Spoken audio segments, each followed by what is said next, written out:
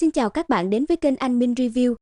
Cuối tập trước, khi biết tu vi của Vu Bạch An bị ràng buộc nên ảnh hưởng đến kiếm ý, thế là Từ Dương liền ra tay giúp nàng nâng lên tu vi ngay. Chỉ thấy một cổ linh lực được Từ Dương đánh vào người nàng ta, sau đó một cái kén màu trắng được hình thành, đem nàng bao vào trong. Không lâu sau đó, cái kén trắng này cũng dần nứt ra, theo đó là thân hình của Vu Bạch An từ bên trong đi ra ngoài. Cảm nhận được khí tức trên người sư phụ tăng lên không ít, Từ Mộng Giao vội vàng chạy đến tươi cười nói: "Sư phụ, tu vi của người lại tăng lên rồi." Về phía Vu Bạch An, tu vi bấy lâu nay bị kìm hãm, thế mà trong chớp mắt đã có đột phá làm nàng vui mừng không thôi. Lập tức nàng liền nhận ra, người trước mặt mình rất có khả năng là sư phụ của Thái sư tổ. Tức khắc nàng liền ôm quyền khom người, hướng Từ Dương cung kính nói: "Tiền bối, trước đó vãn bối có lỗ mãng, xin tiền bối bỏ qua cho." Từ Dương nghe vậy thì khẽ gật đầu, trầm giọng nói: "Khi trước ta có nghe thấy ngươi nói cuộn da dê gì đó, không biết có thể lấy ra đây cho ta xem thử được không?" Vu Bạch An nghe vậy thì có chút sững sờ, trong lòng thầm nghĩ, chưa xác minh được đối phương có phải là sư phụ của Thái sư tổ hay không,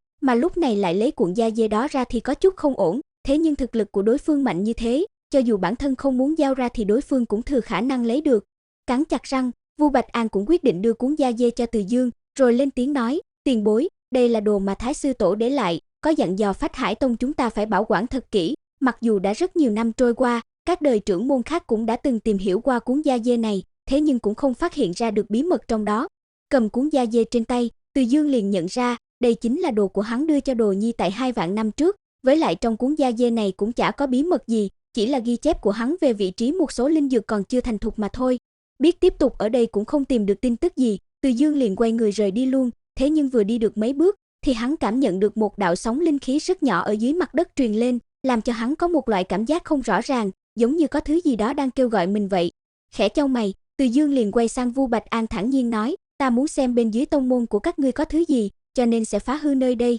Lời nói vừa dứt, cũng không đợi cho Vu Bạch An lên tiếng trả lời, thì Từ Dương đã vung nắm đấm lên nện xuống. Chỉ nghe thấy một tiếng ầm vang lên, mặt đất nơi đây tức khắc sụp đổ, hiện lên trước mắt đám người lúc này là một cái hố sâu, thế nhưng bên dưới cái hố này cũng không phải là một lục địa kiên cố, mà lại là một cái thủy vực. Đứng ở trên nhìn xuống, có thể thấy được một chùm hào quang màu xanh lam ở dưới đó chiếu rọi lên. Từ Dương thấy vậy thì có chút giật mình, nhỏ giọng nói: "Là Mật Vân Thủy Mẫu sao?" Lời này vừa dứt thì thanh âm tràn đầy hoảng sợ của Vu Bạch An ở bên cạnh liền vang lên: "Đây là thượng cổ hung thú Mật Vân Thủy Mẫu." Ngay khi nghe được lời này, Từ Dương liền quay đầu nhìn lại Vu Bạch An, thanh âm có chút nghi hoặc hỏi: "Ngươi biết con thượng cổ hung thú này sao?" Trấn tĩnh lại tinh thần, Vu Bạch An liền đem mọi chuyện kể lại, theo như nàng nói thì ở trong điển tịch của tông môn có ghi chép, nói rằng ở dưới tàng thư các có một con thượng cổ hung thú, tên là Mật Vân Thủy Mẫu, nhất định không được đem con hung thú này thả ra, phải chờ đợi một người tên Từ Dương đến. Vừa nói đến đây, như nghĩ tới điều gì, Vu Bạch An tức khắc dừng lại, quay sang Từ Dương vội vàng hỏi: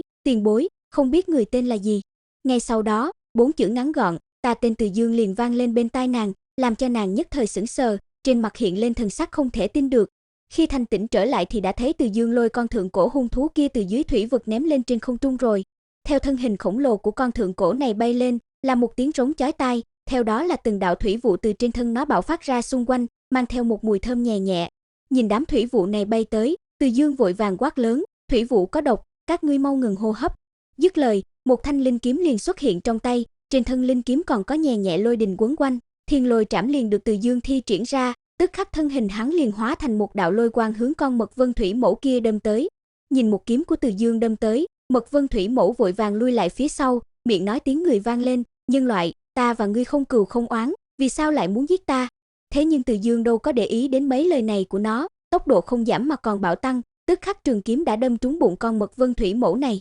theo đó lôi quang trên thân kiếm đột nhiên bạo phát, trấn cho nó nổ tung, hóa thành thể khí màu hồng phiêu tán trong không trung. Tại thời điểm thân thể con Mật Vân Thủy Mẫu này nổ tung, thì có một vật gì đó từ trong người nó bay ra rơi xuống đất. Tiến đến gần tỉ mỉ quan sát, Từ Dương liền phát hiện ra, cái này chính là một tấm bản đồ, hơn nữa lại còn là bản đồ đáy biển của Đông Hải Sơn nữa. Nội dung của tập này đến đây là hết rồi, xin chào và hẹn gặp lại mọi người trong tập tiếp theo.